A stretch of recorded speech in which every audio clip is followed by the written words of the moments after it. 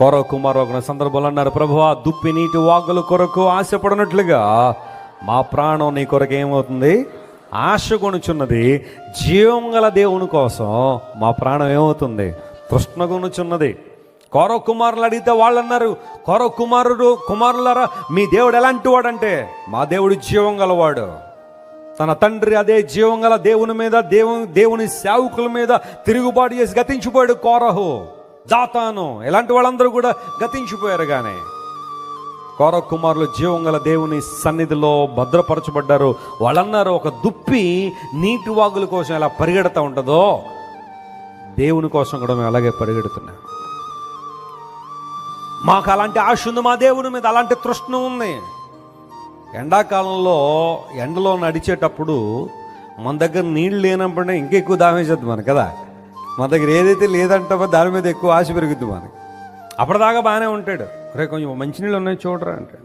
లేవు డాడీ, అమ్మో ఇంకెక్కడ పట్టేసుకుంటాడు. మంచినీళ్ళు లేవు అనేటప్పటికి ఇంకెక్కువ దాహం వేసేస్తుంది మనకు కదా. అరణ్యాల్లో దుప్పులు నీటి కోసం పరిగెడుతూ ఉంటాయట. As the dare pants for the water.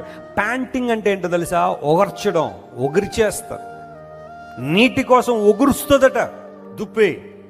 ప్రభువా నీ కోసం నేను అలా ఒగుర్చుచున్నానయ్యా, అంత ఆశపడుతున్నానయ్యా, నిన్ను చూడాలని ప్రభువా, నిన్ను ప్రసన్నం చేసుకోవాలని, నిన్ను తాకాలని ప్రభువా, నిన్ను ఆరాధించాలని, నిన్ను స్తుతించాలని, జీవంగల నిన్ను మహింపరచాలని నా ప్రాణం అలా తహతలాడిపోతుంది. ప్రభువా ఉందా మనలో అలాంటి తహతలాడే అనుభవం ఉందా? అలాంటి ఒగిరిచే అనుభవం ఉందా దేవుని సందికి రావాలని? 8 గంటల ఆరాధన అంటే 9:30కి వచ్చేసి ఇంకా అవ్వలేదా ముగింపు ప్రార్థన అంటే మన ఎయిమింగ్ అంతా దేనికోసం అనమాట?